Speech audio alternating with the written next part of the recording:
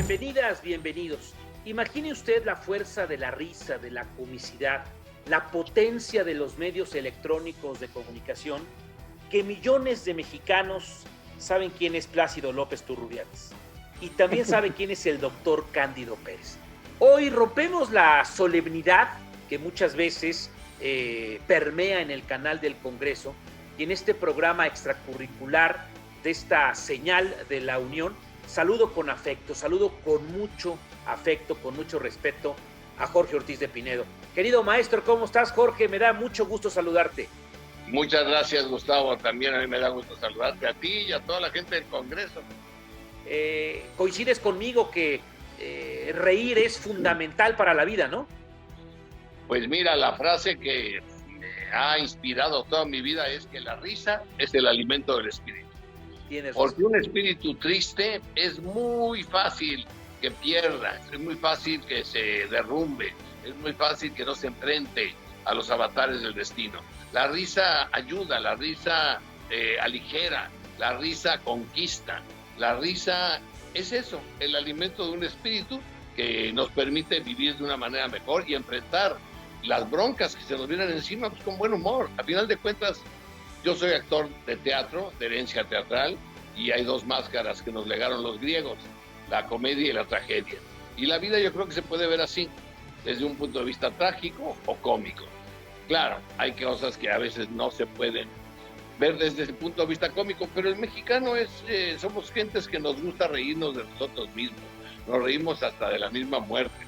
Esa es la verdad, los chistes macabros que hacemos de todo lo que nos sucede, de las broncas que hay, políticas, económicas, sociales, es algo característico. Nos gusta reír, nos reímos de todo, y yo creo que eso es muy bueno.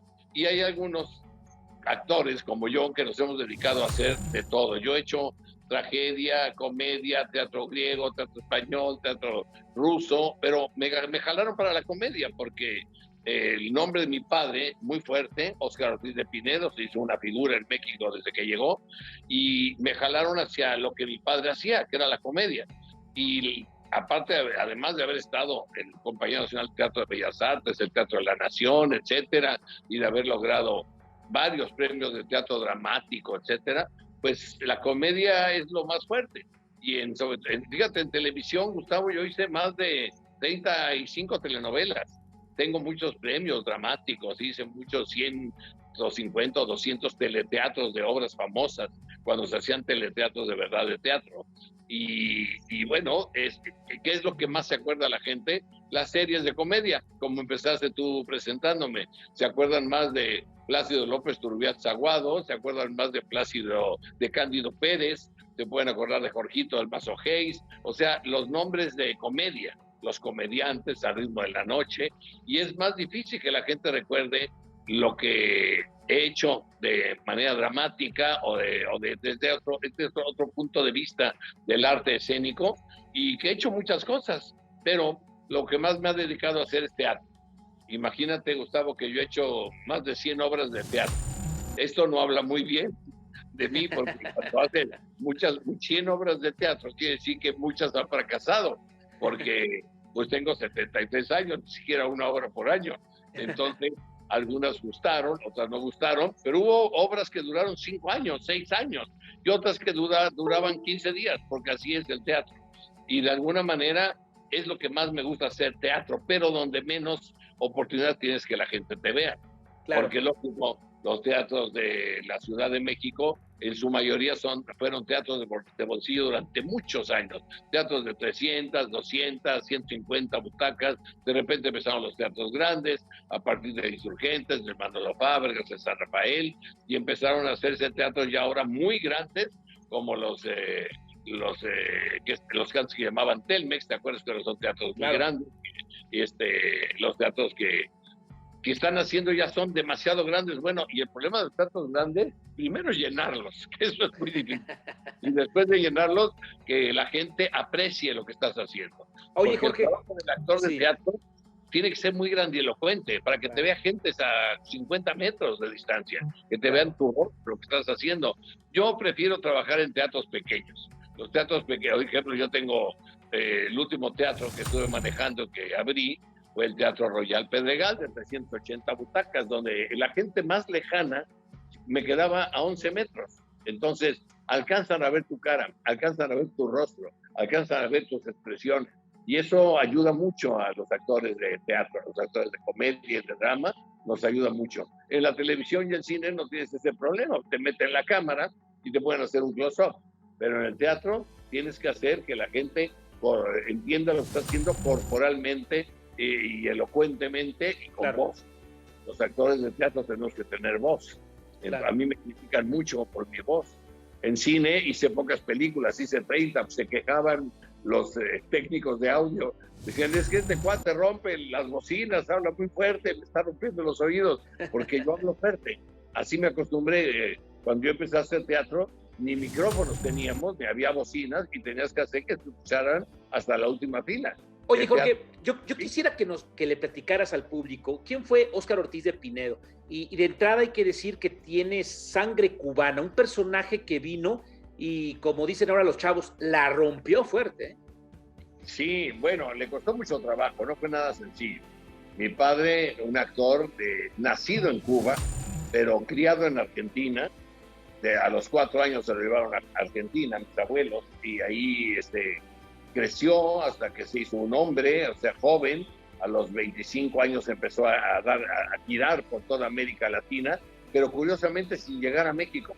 Llegaban hasta Costa Rica, por ejemplo, fíjate qué curioso, El Salvador, y no llegaba a México mi padre.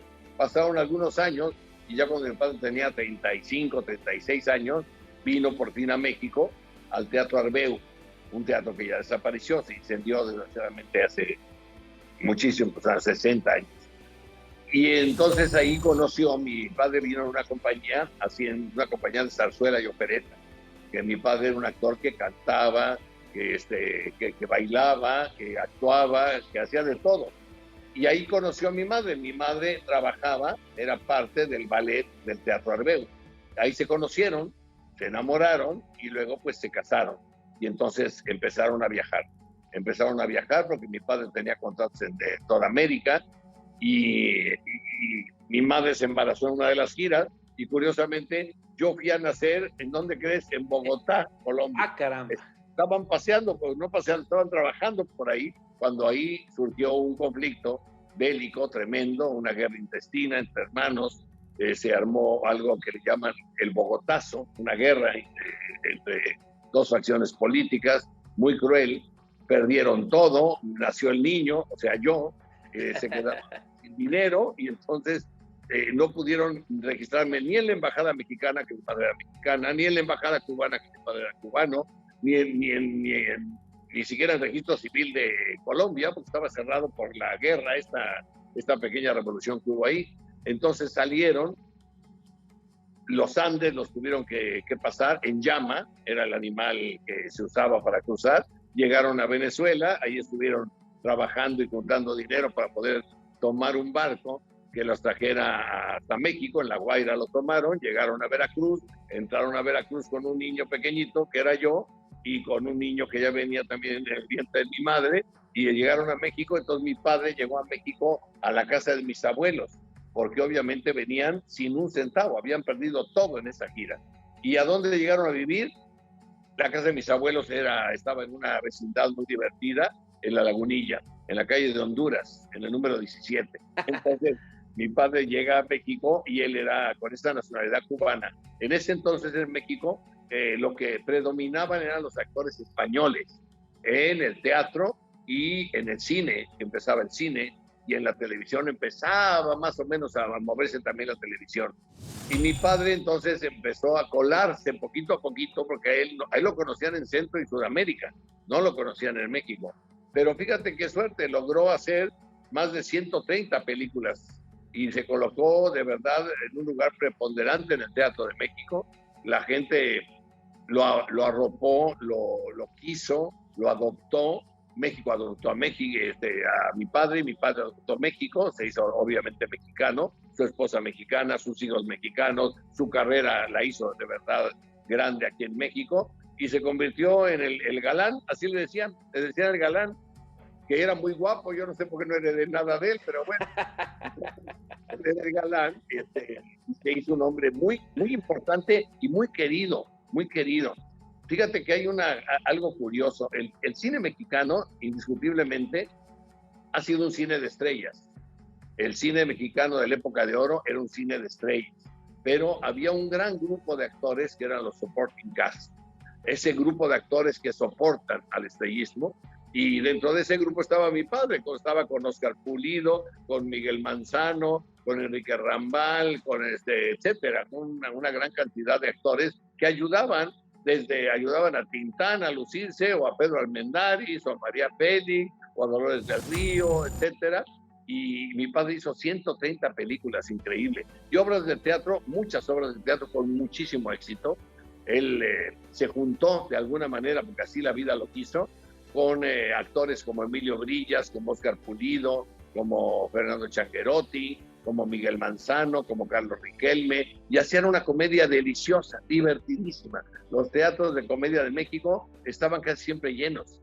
Y la historia de mi padre, mientras conseguía trabajo, pues mi padre trabajó desde el Tívoli, que hacía sketch, ahí salía corriendo a Bellas Artes con Salvador Novo a trabajar también ahí en obras de teatro. Él trabajaba y hacía de todo.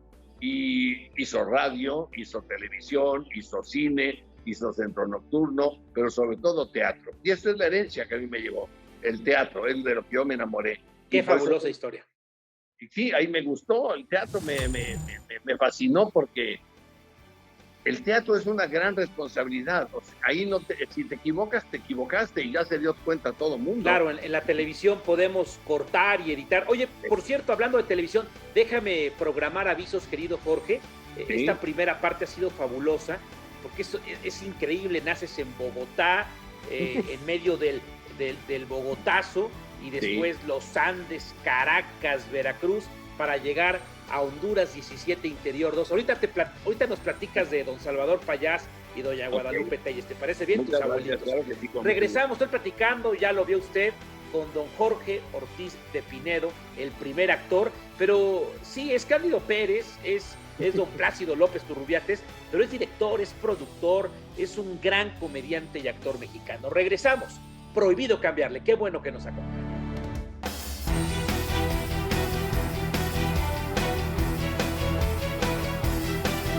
Qué bueno que continúa con nosotros, y si acaba de accionar su aparato televisor, llega muy a tiempo. Hay gente que está dándole zapping, Jorge, al control remoto, y quizás nos encuentra y llegan muy a tiempo, porque estoy charlando con el gran Jorge Ortiz de Pinedo. No está en el canal de las estrellas y no está en un programa de espectáculos, está en Personalidades, donde hoy nuestro invitado es este productor, este comediante, este gran hombre de teatro, de la comicidad, Jorge Ortiz de Pinedo. Y querido Jorge, yo quisiera que nos hablaras de don Salvador Payás, el papá de tu jefa, y doña Guadalupe Telles, tu abuelita, porque nos confiabas que viviste ahí en la Lagunilla, cerquita de Garibaldi, para que la gente que está allende en la frontera chilanga capitalina, pues sepa, ¿no? Donde están los mariachis, ahí vivía y corría Jorge Ortiz de Pinedo. Sí, una vecindad muy, muy divertida, como te decía Gustavo. Estaba esta vecindad, tenía a un lado de la entrada un lugar que se llamaba El Jarocho, que era un restaurante muy grande, obviamente veracruzano, y al otro lado estaba un cabaret o bar llamado Guadalajara de Noche. En Guadalajara de Noche era un lugar donde llegaban muchos turistas a oír mariachis, a ver bailarinas y bailarines interpretando bailes folclóricos, y tomaban obviamente el tequila clásico, y más adelantito estaba el México típico, caminabas un poco más y estaba el Tenampa, y estaban los mariachis. Los mariachis estaban a una cuadra de mi casa, y a otra cuadra estaba el mercado de la Lagunilla, el gran mercado que se derrumbó, esa gran nave, y caminabas un poquitito más pasando Garibaldi, y estaba el Teatro Follis, y caminabas hacia el otro lado, y 2 cuadras allá estaba la Arena Coliseo, y otra cuadra más caminabas y estaba el Teatro Lírico, y luego el Teatro Iris, y luego te encontrabas con la Cámara de Diputados, obviamente, y estaba el Teatro Virginia Fábregas, y bueno, era fantástico. Yo vivir en el centro de la ciudad para mí fue un honor, un privilegio, un gran aprendizaje.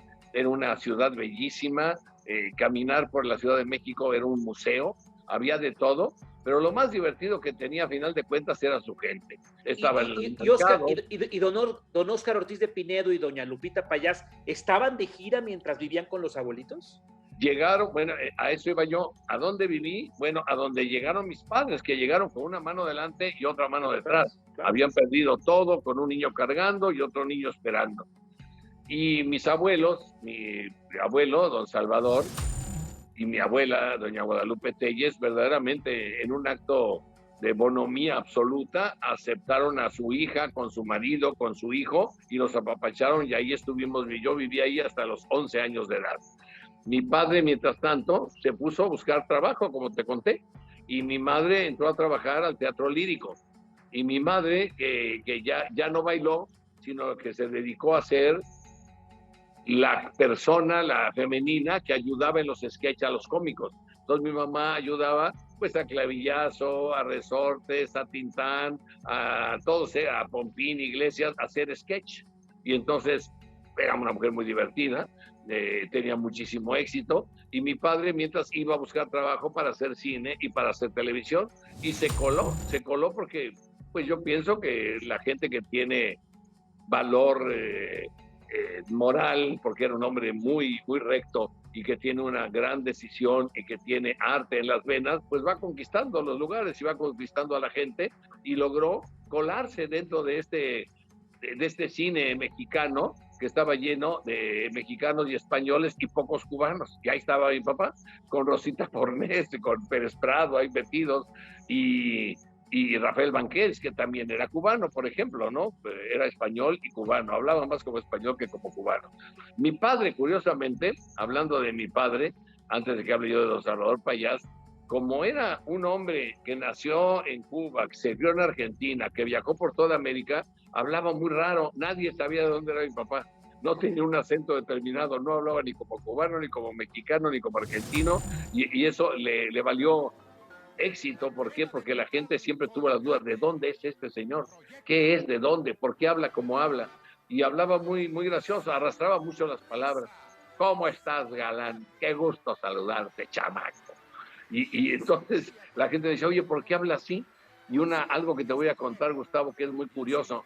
Lo que pasa es que hay veces que los actores, de algunos de nuestros defectos, logramos hacer una virtud. Así es.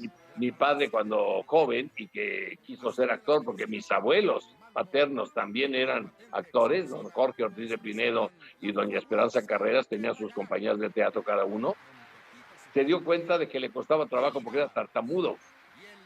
Entonces imagínate un actor tartamudo. Entonces tartamudeaba, se frenaba de repente. Entonces, para no frenarse, mi padre empezó a alargar las palabras. Me voy para Coscomatepec. Hola, Huachinango. Y entonces así evitaba que se trabara. Y eso fue un éxito para él y una manera de hablar que le trajo muchísima fama. Claro, lo que lo diferenciaba de los demás actores. Claro, porque cada quien tiene que buscar algo que más o menos sea original, si no, no funciona. Y entonces llegaron a esta casa, mi abuelo Salvador Payás era empresario, un empresario de teatro. Sería bueno también platicar que los empresarios de teatro, no todos son los dueños de los teatros. Mi abuelo don Salvador Payás era empresario de teatro porque arriesgaba lo poquito que tenía, hacía compañías y presentaba espectáculos, circos, etcétera. Bueno, me acuerdo mucho yo de niño que me gustaba mucho ir con él porque él era empresario de los títeres de Rosete Aranda, unos títeres famosísimos. Hizo varias giras por la República. Mi abuelo contrató a mi padre también para trabajar con él, uno como empresa, el otro como actor y como director. Y mi abuelita, Guadalupe Telles, mamá de mi mamá, Guadalupe Payás, ella también había sido segunda tiple años atrás. Entonces, toda mi familia tiene que ver con teatro, tiene que ver con arte, porque si uno se va hacia atrás, viendo a mis ancestros, pues hay pintores, escultores, directores de orquesta, cantantes de ópera, escenógrafos, escritores, y todo eso, pues yo no sé de dónde de repente me salió a mí el que yo quería ser actor. Y estaba yo muy chamaco, y sin quererlo empecé a trabajar. La primera vez que me llamaron a un set cinematográfico, al plato, como le dicen ahora, fue porque estaba yo con mi padre acompañándolo en una locación. No tenían dónde dejarme, estaban mis abuelos fuera de México, mi madre en el teatro, mi padre en el cine, y llevaron a Jorge y a Oscar, mi hermano Oscar, nos llevaron, yo tenía 8 años, mi hermano tenía 7, y de repente se alargó la filmación, llegaron las 12 de la noche y el niño que habían llamado para que pudiera trabajar estaba totalmente dormido. No quiso despertarse. No se quiso despertar el niño y dijeron, ¿qué hacemos? Pues por ahí andan corriendo los hijos de Ortiz de Pinedo. A ver, pues traigan al más grandecito, que debe ser el que estará más despiertito.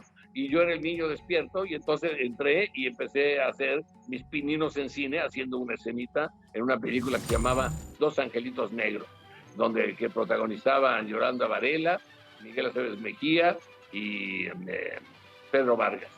Y de ahí a la televisión, un día también estando con mi padre, porque a veces los actores no tenemos dónde dejar a nuestros hijos, me llevó y estábamos en el café El Cisne, ahí en el Telesistema Mexicano, y también surgió un problema y necesitaban a un niño en un teleteatro, de esos famosos teleteatros de la Azteca, el teatro familiar. Y estaba yo ahí y me dijeron, oye, galán, me dijeron a mi papá, ¿tu hijo actúa? Y mi papá dijo, sí. Y yo volteé a verlo como si, ¿de qué estás hablando? Porque es que he hecho 4 papelitos en cine de decir, aquí están las velas. No lo prestas, tenemos un problema aquí, tenemos que estar listos para el aire, porque era un programa en vivo, de 7 a 8 de la noche. Y ahí te voy a hacer un programa en vivo, en ese programa ahí empecé, y luego de ahí empecé a hacer otros papelitos chiquitos, entre novelas, etcétera. Pasó el tiempo, a los 14 años empecé a hacer teatro, con mi padre en Guadalajara, Jalisco, en el Teatro Experimental de Jalisco, y de repente no me di cuenta, yo no sé cómo, Gustavo, pero hacía yo telenovelas, hacía teatro, hacía cabaret, hacía todo, y yo quería seguir estudiando y estaba en la universidad y me dormía en las clases, no sabía qué hacer, y algo sucedió que la gente empezó a reconocerme en la calle, porque la verdad es que la pantalla de televisión es muy fuerte, es un medio de comunicación muy fuerte, que penetra muchísimo en los hogares, y más en aquellos hogares, cuando lo que tecnológicamente había era la televisión y el radio. No había estas artes que tenemos ahora para divertirnos, como son las maquinitas, y como son el internet, y como son en Wikipedia, y para investigar. No había nada, teníamos que ir a las bibliotecas, no a meternos en un aparatito. Y la gente te va viendo y tu rostro se va haciendo conocido. Y un día me di cuenta que estaba yo ya trabajando y ya estaba yo en un teatro, y estaba yo encabezando un teatro, y tenía un programa de televisión, y tenía yo cabaret, y tenía giras por toda la República. Y dije, ¿qué pasó? ¿Cómo llegué aquí? No me lo preguntes, Gustavo, no sé. Yo lo único que hacía era divertirme, trabajar, cumplir, porque si algo me heredó mi padre fue indiscutiblemente la responsabilidad de que si te vas a meter a trabajar al teatro, a la televisión, al cine, si vas a ser cantante, bailarín, músico, tienes una obligación, no puedes decir no voy, tienes que ir a la función. Hay gente que pagó un boleto, tienes que ir a cumplirle a esas personas que te están esperando. Y entonces, cuando me di cuenta que yo era alguien y que tenía programas de televisión y quise darle las gracias a toda esa gente que me ayudó, porque siempre hay gente que nos ayuda, aunque a veces seamos un poquito ingratos y no queramos reconocerlos. La juventud peligrosamente cree que todo lo merece. Y entonces, como a los 27, 28 años de edad, que empezó a funcionar mi carrera ya como algo que tenía televisión, teatro, cine, quise darle las gracias a la gente, y mucha gente ya se había ido, Gustavo. Ya había a ver, querido Jorge, la gente se preguntará cómo tantos premios, tantas series o programas cómicos. Bueno, pues ya escuchó usted, a los 8 en Dos Angelitos Negros, en Telesistema Mexicano a los 10, y después en comedia a los 14. Voy a programar avisos, querido Jorge Ortiz de Pinedo, y yo quiero que hablemos de tus... ¿Qué es lo que me pasó con esa condición que tuve de que me había pasado? Con mucho gusto. Y también quiero que nos hables de tus estudios, porque inclusive, aunque usted no lo crea, Jorge Ortiz de Pinedo fue a la universidad, estuvo en la Nacional Autónoma de México, y ya platicaremos de sus colegios. Algunos quizás van a catalogar al doctor Cándido Pérez, que es muy fifí. Ya verá usted los colegios a donde fue a cursar la primaria y la secundaria. Regresamos, qué bueno que nos acompaña. Prohibido cambiarle. Volveré.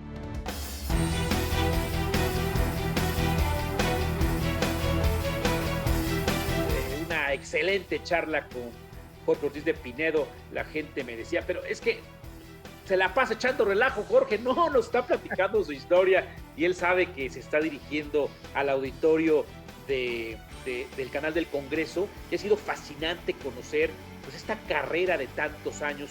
Un hombre que nació en el 48, pero a los 8 años pues ya estaba debutando en el cine, a los 10 en la tele, a los 14 en la comedia Con qué familia. Por cierto, le escribió tu papá, ¿no? Oye, sí. Jorge, ¿y te fuiste muy chavo de tu casa? ¿Qué te revelaste o qué pasó? No, me pasaron muchas cosas, pero algo que me pasó fue que cuando cumplí yo 15 años, hubo una fiesta. Mis amigos me hicieron una fiesta, amigos que yo tenía, que eran un poquito más grandes que yo, y esa fiesta se prolongó muchísimo. Yo no me di cuenta de la hora y no llegué a mi casa hasta la madrugada, hasta las 6, 7 de la mañana.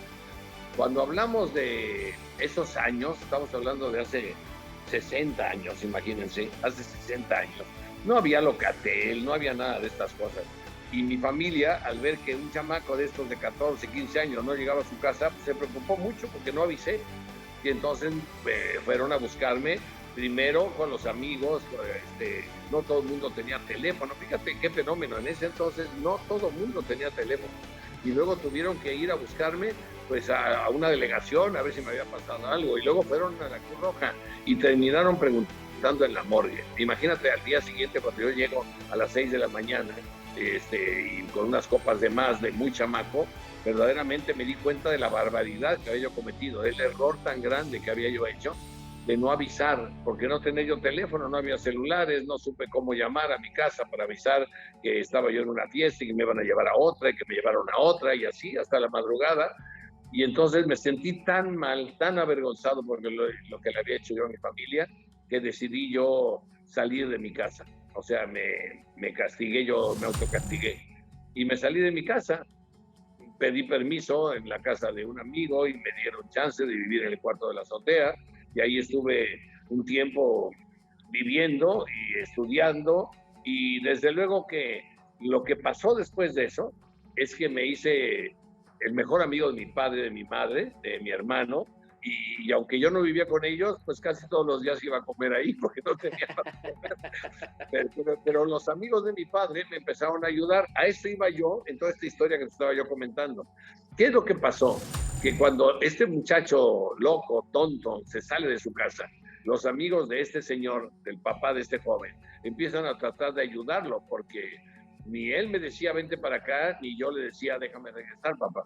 Y empezaron a darme pequeños papeles en telenovelas, en películas, en radio, y entonces empecé a subsistir poquito a poquito. Y te contaba yo que a los 28, 30 años de edad, era yo una figura que no sabía ni cómo había llegado. Quise regresarme a darle las gracias a esos amigos de mi padre que me habían ayudado, que me habían impulsado, directores, empresarios, amigos, escritores, y muchos habían muerto. Entonces en ese momento yo juré que tenía que hacer algo para pagarle a la vida el favor que me estaba haciendo de yo tener trabajo y de tener fama, porque en ese momento te hacía famosa la televisión como te estaba contando. Entonces decidí hacer algo por los demás y entonces propuse a don Emilio Azcárraga en aquel entonces que me permitiera hacer un programa para presentar gente que no tenía oportunidad de estar en la televisión. Y me dio permiso don Emilio y hice un programa que se llamó Los Comediantes. Y en Los Comediantes logré presentar a más de 300 cómicos, 300 muchachos, gente que tenía ganas de trabajar, y muchísimos se quedaron en la carrera, se hicieron famosísimos, algunos se hicieron súper estrellas, a otros les fue súper bien, y tenemos a más de 60 o 70 todavía viviendo de esta carrera. Y en cada obra de teatro que hago, en cada programa de televisión que produzco, en cada película que haya yo dirigido, siempre meto a alguien nuevo, porque creo que la vida está hecha de oportunidades, pero alguien te tiene que dar la oportunidad. La gente lo busca, pero no toda la gente tiene oportunidad de tener ese chance de expresarse, claro, de decir lo que siente, como a mí me lo dieron. Y como a mí me sucedió, yo también decidí hacerlo así, invitar a la gente a trabajar. Oye, Jorge, ¿los comediantes era un maratón de chistes? ¿Los comediantes era presenta lo que sabes hacer? ¿Cómo lo definimos? Los comediantes era un programa en donde, cuando yo le dije al señor Azcárraga, oiga, déjenme hacer un programa en donde pueda yo presentar actores cómicos, porque en ese momento estábamos funcionando muy bien.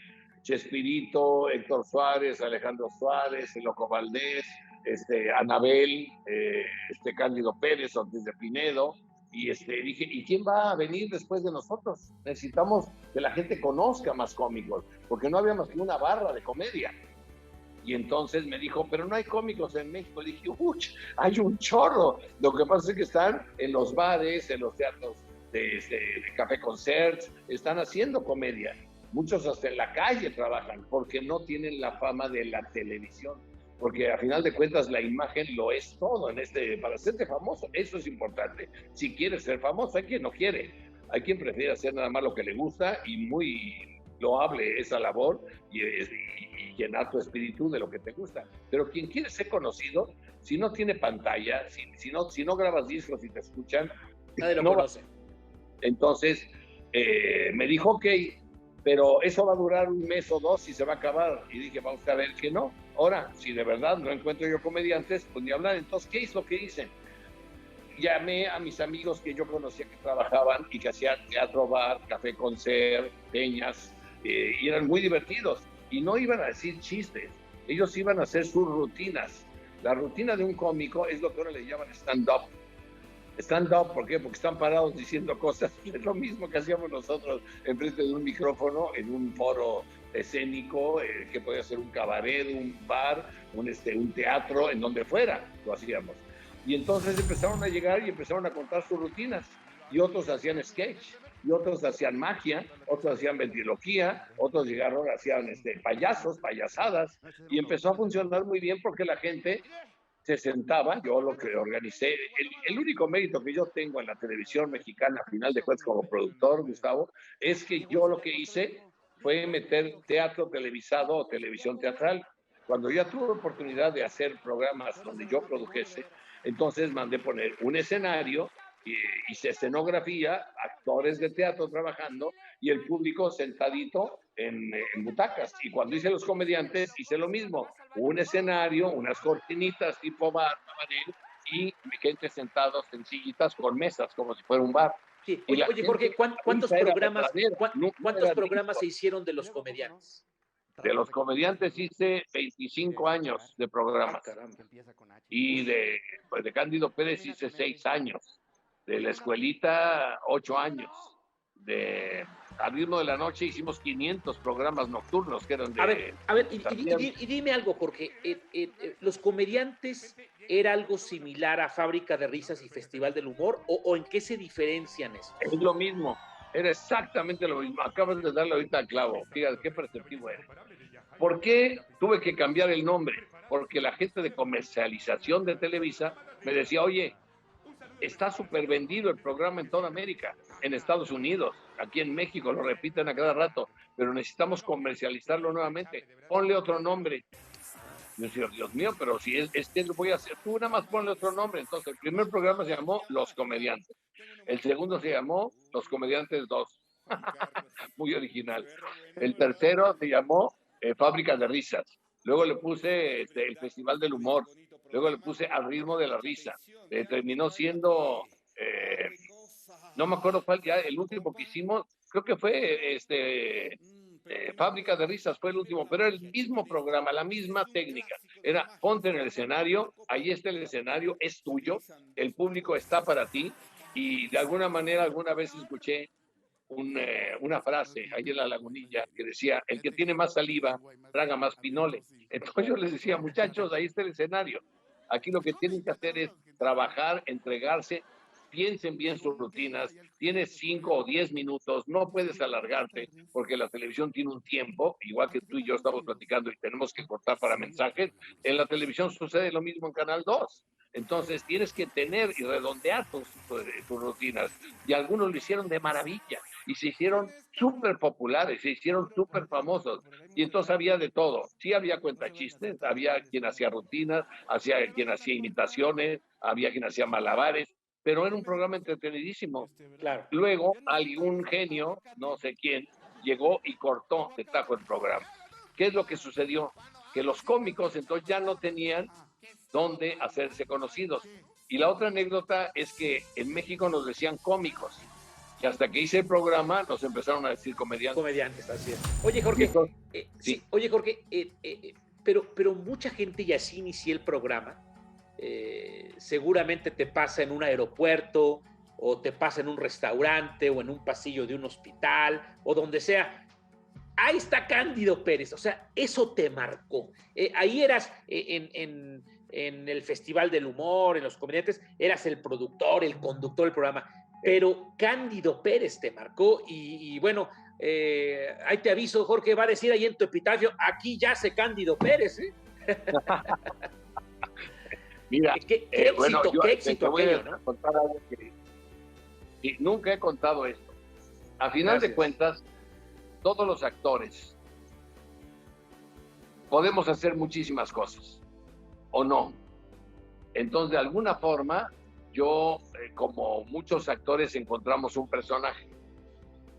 Si tú ves la vida de Mario Moreno, el gran mimo mexicano, él andaba en las carpas trabajando y un día se encontró un personaje que era Cantinflas, y ese fue el que pegó y él se quedó toda su vida haciendo Cantinflas. Resortes, don Adalberto Martínez, estupendo actor, hizo un niño. Resortes era un niño, Resortín de la Resortera, y este niño pues fue famoso y se quedó con ese personaje toda su vida. Javier López, Chabelo, hizo un personaje, Chabelo, Javier López, y se quedó como Chabelo toda su vida. Yo pude haberme quedado toda mi vida ya como Cándido Pérez, pero yo decidí no hacerlo, yo decidí experimentar, hacer otras cosas, buscar otros caminos.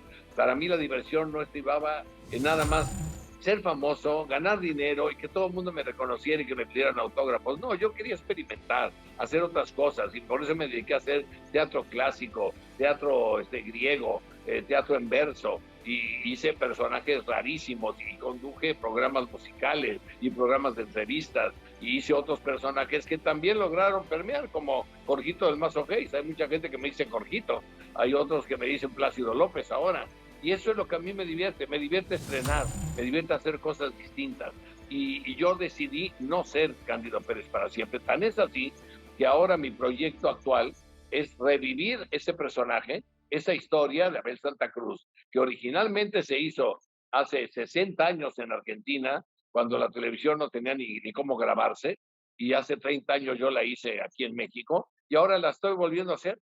Ahora lo estoy haciendo como productor, como director, como escritor, junto con mis hijos. Mi hijo Oscar me ayuda a escribir, mi hijo Pedro me ayuda a producir, y estoy presentando otro grupo de actores que van a interpretar a los personajes que se hicieron famosos en Cándido Pérez.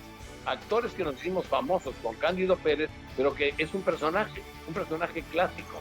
Ahora estará otro elenco y veremos si tenemos la suerte de hacer que la gente vuelva a divertirse con las aventuras de este doctor. Oye, doctor, tú conoces mucho de televisión y ya me andan picando las costillas los señores productores. Regresamos, estoy platicando, sí, con Plácido López Turrubiates, con el doctor Cándido Pérez, con este personaje que marcó increíbles puntos de rating con la escuelita VIP, con Cero en Conducta y con, ya lo dijimos, La Casa de la Risa. Regresamos, prohibido cambiarle, qué bueno que nos acompaña.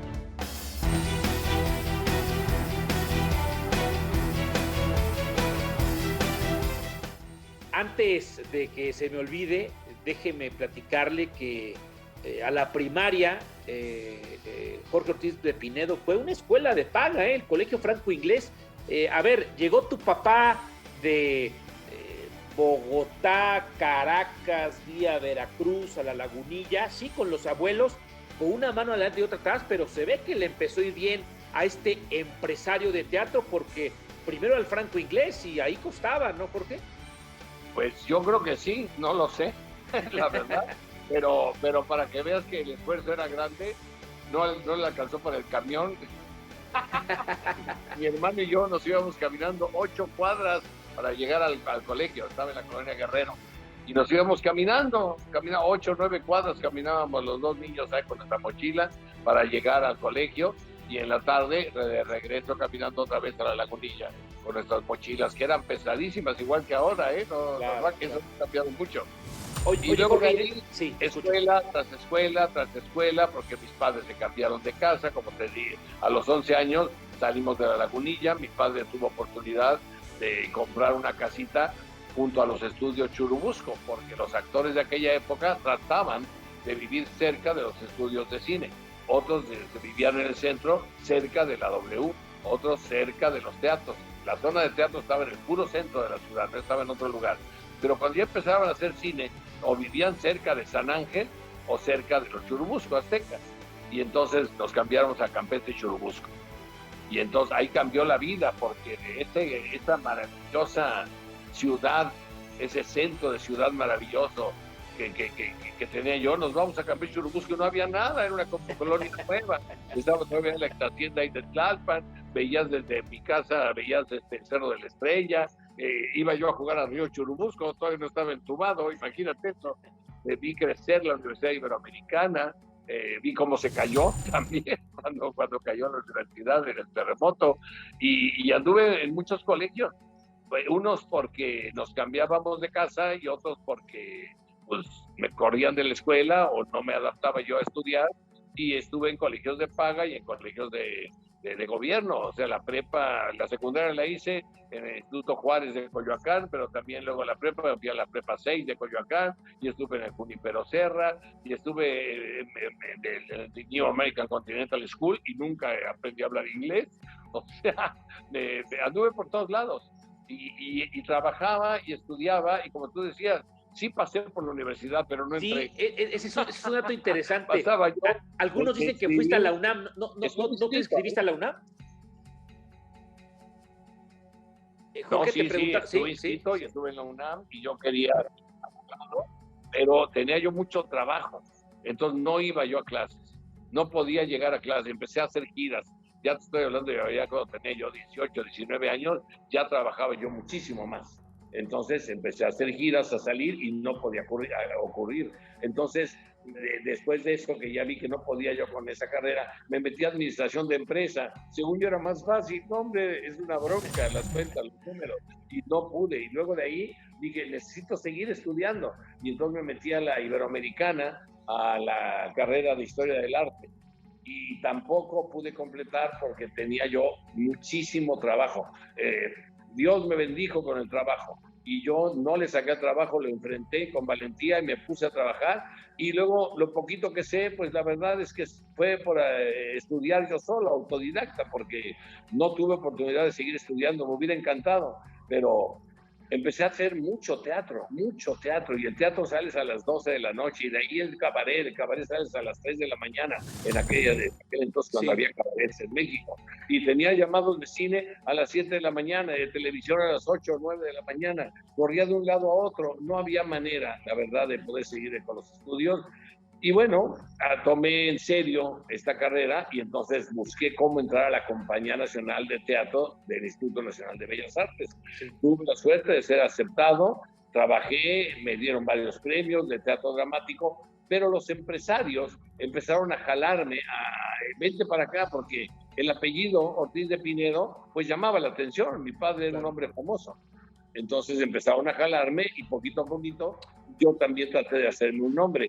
No trabajé mucho con mi papá, eso déjame confesarte, Gustavo, porque yo no quería mimetizarme con él, porque hay muchos actores que yo he visto que por trabajar y estar tan cerca de, no nada más actores, también seres humanos, cualquiera, de estar tanto tiempo. Abogados, contadores, claro. Que sí, la admiración es tan grande que terminas hablando como ellos, caminando como ellos y pensando como ellos. Entonces yo dije, yo quiero tener algo de original. No sé si es bueno o malo, claro, mejor o peor, pero algo más propio. Oye, Jorge, yo quiero tratar dos temas, y lo hago con tu venia, con tu permiso, pero creo que es fundamental. El primero, el tema de tu salud. tú has sido un hombre que te has abierto frente a las cámaras de la televisión para hablar de esto. Ya tengo pocos minutos, quiero que nos platiques tu experiencia y quiero que le mandes un mensaje a la gente que nos está viendo a través del canal del Consejo. ¿Qué pasó? ¿Cómo estás? ¿Y qué le dices a la gente de acuerdo a tu experiencia? Bueno, lo primero que yo puedo decirle a la gente que nos está viendo es: no fumen. Fumar es lo peor que puede uno hacer. O sea, el humo en los pulmones, y de por sí vivimos en una ciudad contaminada como la Ciudad de México, donde hay plomo en el aire, esa es la verdad. El que fuma se está metiendo nicotina, alquitrán, esa es la verdad. Y por más que nos digan que no hace vicio, que no hace daño, sí hace daño, y mucho daño. Tanto que a mí, pues yo fumé 40 y tantos años de mi vida, ¿y qué es lo que me sucedió? Cáncer. Me dio cáncer en el pulmón izquierdo y terminé en el hospital, operado, me extirparon el lóbulo izquierdo superior del pulmón, me dieron quimioterapias, etcétera, estuve malito, adelgacé muchísimo, me recuperé, salí de esta bronca, no fumé, no volví a fumar, pero el daño ya estaba marcado. Y 4 años después de esto, me volvió otra vez a dar otro cáncer. Y ese otro cáncer me dio en el otro pulmón, y todo por esta fumadera, cosa que es realmente grave. Entonces me extirparon el lóbulo medio del pulmón derecho. Yo tengo 3 lóbulos. La mayoría de los seres humanos tienen 5. Yo nada más tengo 3. Comprenderás que me cuesta mucho trabajo respirar. Pero aparte de eso, el tabaco me dejó EPOC, la enfermedad pulmonar crónica degenerativa, que antes le llamaban el enfisema pulmonar. Entonces me cuesta mucho trabajo respirar. En este momento, yo que soy tan capitalino, que me gusta tanto mi Ciudad de México, tengo el problema de que no puedo estar mucho tiempo en la Ciudad de México. La altitud me mata. Entonces estoy viviendo en Acapulco. Aquí estoy al nivel del mar. Eso me permite respirar y estar sin oxígeno. Cuando voy a la Ciudad de México, la gente que me vea, me verá con una tripita aquí de plástico, y estaré cargando un aparatito que se llama concentrador. Imagínate qué desgracia. Ya, y si a esto me preguntabas por la salud, aparte tengo diabetes, soy diabético, me asusté tanto cuando me dijeron que tenía cáncer que me dio diabetes, soy hipertenso, como todos los actores, la mayoría somos hipertensos, y tengo algo de sinusitis, y tengo varices en una pierna, y ya ando luchando ya con la próstata. O sea, yo soy verdaderamente un almanaque de medicina con patas. Ando caminando por la vida con mucho gusto, con mucho ánimo, muy agradecido por lo que me ha dado la vida. Pero afortunadamente estás bien. Una familia fantástica, tengo 5 hijos, tengo 7 nietos, tengo una mujer maravillosa, y tengo muchos amigos, y me dedico al público. Hasta hace un año que nos cerraron los teatros, estaba yo trabajando en el teatro, en un teatrito que abrimos mis hijos, mi mujer y yo, el Teatro Royal Pedregal. Estaba yo con Susana Alexander haciendo cosas de papá y mamá, y cuando íbamos a estrenar la obra nos íbamos a cambiar al Teatro San Rafael, porque nos iba muy bien ahí en el sur de la ciudad, y vámonos al centro, empieza la pandemia, y empiezan las restricciones, y se cerraron los teatros. Entonces, esa es mi vida, esa es mi salud, y mientras tanto, mientras no tengo teatro, pues estoy haciendo televisión. Claro. Oye, Jorge, y otro tema que quiero tratar, insisto, con tu venia, con tu autorización, es el tema de tu mamá y tu hermana Laila. Y esto lo has platicado abiertamente, pero me gustaría que no que lo recordaras, sino que lo compartieras con el auditorio, porque si bien es una tragedia que lutó a toda la humanidad, porque había mexicanos, había estadounidenses, había canadienses, había personas del Medio Oriente. ¿Nos quisieras platicar qué pasó en 85? Pues es una larga historia. Cuando tuve oportunidad, y como te decía yo, empezó a funcionarme el teatro, la televisión y todo. Mi padre había muerto en el 78, mi madre siempre había tenido ilusión de conocer Europa, y entonces cuando gané un dinerito, antes de poderme comprar un departamento, un coche, una casa, dije, caray, lo menos que puedo hacer después del sacrificio que hicieron mis padres es darle a mi madre la ilusión que tiene. Y entonces convencí a mi hermana, que ya había ido a Europa 2 veces, que mi padre la había podido mandar, de que se llevara a mi mamá y a mi abuela a Europa, y se las llevaron. se fueron para allá, yo les pagué su viaje, mi abuelita se regresó al mes, ellas dos se siguieron y iban en un viaje de Atenas al Cairo, y en el avión donde ellas se subieron raptaron el avión unos terroristas de Abu Nidal, de un grupo terrorista, y ese avión fue secuestrado. El avión, hubo una balacera dentro del avión porque había guardias vestidos de civiles dentro del avión. O sea, esa balacera rompió ventanillas del avión, descompresurizó el avión y tuvieron que aterrizar en la isla de Malta. Ellos pedían ir a Libia con Gaddafi.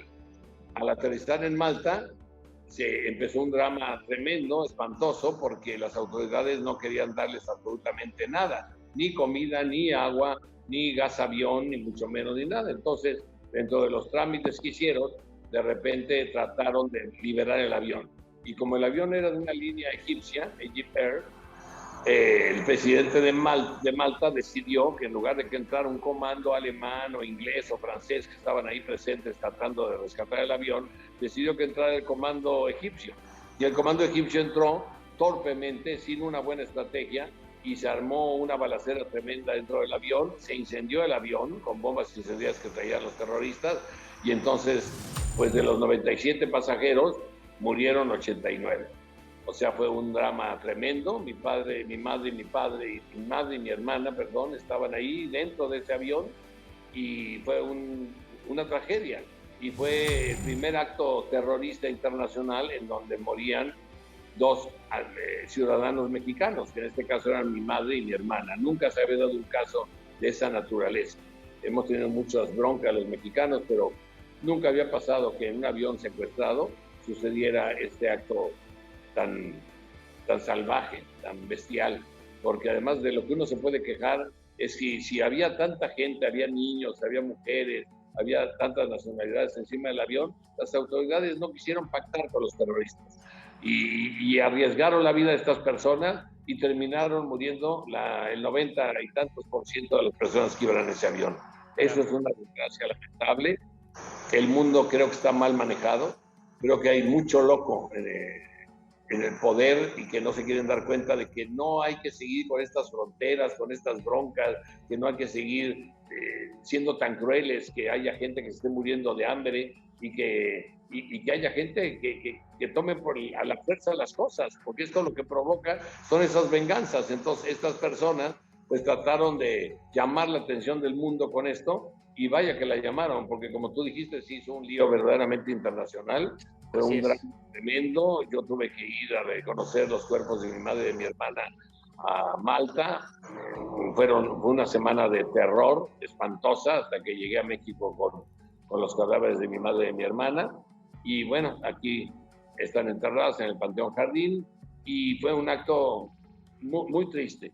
El día 24 de noviembre será imborrable en mi vida. Las recordaré toda la vida. Y bueno, ¿qué te puedo contar? O sea, te lo cuento ahora sí, y lo cuento rapidito, pues para no llorar, no me gusta dar lástima, no me gusta que la gente piense que estoy usando esto para enriquecer, mucho menos, pero fue algo tan injusto. Dos seres humanos tan buenos, tan divertidos, tan alegres, tan inocentes, mi madre y mi hermana, que merecían otra cosa y no morir de esa manera. Entonces, pues fue lo que pasó, y estaba yo trabajando, haciendo una obra que se llamaba Cena de Matrimonios. Le interrumpí para ir por ellas, y a la semana que llegué, 15 días después de la muerte de mi madre y de mi hermana, pues tuve que reiniciar la temporada, porque si no trabajaba y yo me negaba a trabajar, pues no había trabajo para los tramoyistas, utileros, actores, autores, etcétera. Y esa es la vida de los actores, o sea, seguir y seguir y seguir trabajando con ese respeto que me enseñaron mis padres, de que hay que respetar a la audiencia, de que hay que darle a la gente lo mejor que uno tiene, y si vas a hacerlos llorar, hacerlo con buena ley, con buenas historias. Si vas a hacerlos enternecer, si los vas a hacer reír, los vas a hacer sonreír, emocionar. Esa es la vida del actor, contar historias que motiven y que muevan el espíritu de la gente. Muy bien, pues mi querido Jorge, ojalá entiendas, tienes muchísimos premios, no me aviento el listado porque me llevo toda la programación del canal del Congreso. Pero es que no sé ni cómo pasaron. pero sí, dentro de la historia, sí que de repente contamos, tener yo como 130 reconocimientos. Pues fíjate, ahí. Pero ojalá entiendas. Pero ¿sabes cuál es el premio más grande? ¿Cuál, el aplauso del público, el reconocimiento de la gente. Porque conocido, mucha gente, hasta el mochaorejas es conocido, pero reconocido, tienes razón, solamente la gente que le da algo a los demás. Y en este caso, pues los actores les damos nuestra vida, nuestro cariño, nuestro arte, lo poco que conocemos, que sabemos hacer para entretener y divertir. Oye, Jorge, pues ojalá entiendas este programa, Personalidades del Canal del Congreso, como un premio más, un homenaje a tu larga trayectoria, y te mando un fuerte abrazo, querido Jorge. Gusto saludarte, gracias por aceptar esta charla. Gracias, Gustavo Rentería, te agradezco mucho. Saludos a toda la gente del Congreso y luchen porque este país crezca y que los mexicanos seamos cada vez más unidos y que seamos más parejitos, que no haya tanta diferencia. Te agradezco mucho, Jorge, y gracias a usted por su sintonía. Lo espero en la próxima charla de la serie Personalidades, aquí en el canal del Congreso. Mi nombre es Gustavo Rentería y los invito como siempre a que juntos hagamos mejores noticias para un mejor México. Pásela bien, adiós, pásela bien.